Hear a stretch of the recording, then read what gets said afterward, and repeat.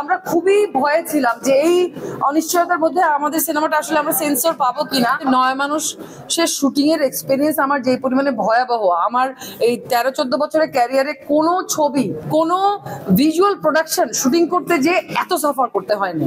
মুক্তি পাচ্ছে নয় মানুষ 6 ডিসেম্বর 2024। একটা সিনেমা করার প্রসেসের যে আসলে রিলিজের প্রসেসটা বা রিলিজ কবে হবে না হবে ওই অনিশ্চয়তা বেশি থাকে সবসময়। শুটিং তো করা হয়ে যায় যে কোনো সিনেমার, তো এইটা রিলিজের যে ক্যাচাল বা যে ঝামেলা ছিল, সব ঝামেলা তার মধ্যে আবার এটা সেন্সরে দেওয়ার পরে দেশে একটা ভয়াবহ এক ধরনের অস্থিরতা তৈরি হয়েছে। তো আমরা খুবই ভয়ে ছিলাম যে এই অনিশ্চয়তার মধ্যে আমাদের সিনেমাটা আসলে আমরা সেন্সর পাবো কিনা। কিন্তু নতুন কমিটি যখন এলো, সাথে সাথে ওনারা নয় মানুষ দেখে সেন্সরে আরো অনেকগুলো ছবি জমা পড়েছিল। নয় মানুষ দেখে সবাই খুবই পছন্দ করেছিল এবং আমাকে অনেকেই ওখান থেকে জুরিবোর্ড থেকে ফোন করে আমাকে কংগ্রাচুলেট করেছে যে আমি খুব ভালো হয়েছে ছবি। ফাইনালি ছবিটা রিলিজ হচ্ছে ডিসেম্বরের 6 তারিখে, এবং যেই কারণে আজকে আমি আপনাদের সবার সামনে কথা বলছি।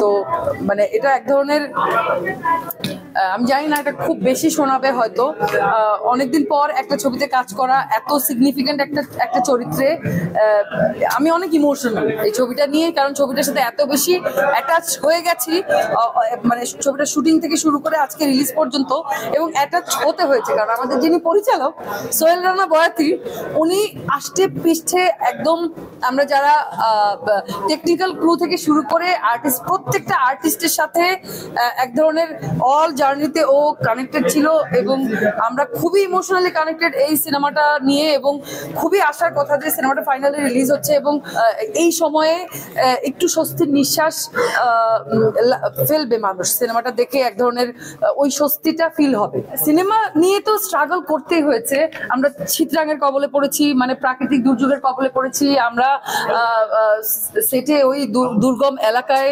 আমাদের শুটিং করতে যে অনেক ঝামেলায় পড়েছি, অনেক শুটিং এর এনভায়রনমেন্ট এত ভয়াবহ, আমি আমার লাইফে আমার মনে হয় না যে নয় মানুষের শুটিং এর এক্সপেরিয়েন্স আমার যে পরিমাণে ভয়াবহ, আমার এই 13-14 বছরের ক্যারিয়ারে কোনো ছবি, কোনো নাটক, কোনো ভিজুয়াল প্রোডাকশন শুটিং করতে যে এত সাফার করতে হয়নি।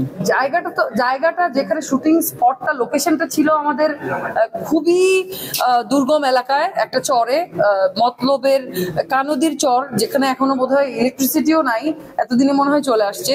আমরা যখন ছিলাম তখন সৌরবিদ্যুৎ ছিল, একটা ঘরে এতগুলা মানুষ, এই যে আপনারা এত বড় জায়গা তাতেও এখানে এতগুলা মানুষের অ্যাকোমোডেশন হচ্ছে না। ওখানে ছোট্ট একটা ঘর, একটা স্কুল ঘর, ওখানে স্কুল ঘরের মধ্যে আমরা ইউনিটের প্রত্যেকটা মানুষ একটা কর্নারে পার্টি পেতে, আর্টিস্টরা ওইখানেই ছোট্ট করে একটু পিড়ির উপরে একটু মেকআপের জিনিসপত্র রেখে আমরা রেডি হয়েছে। ওই জায়গাটা শাড়ি দিয়ে, দড়ি দিয়ে ঘেরাও করা ছিল, একটা সাইডে লাইটের জিনিসপত্র রাখা, ক্যামেরার ইকুইপমেন্ট রাখা, প্রোডাকশনের জিনিসপত্র রাখা, জিনিসপত্র সব এক জায়গায়।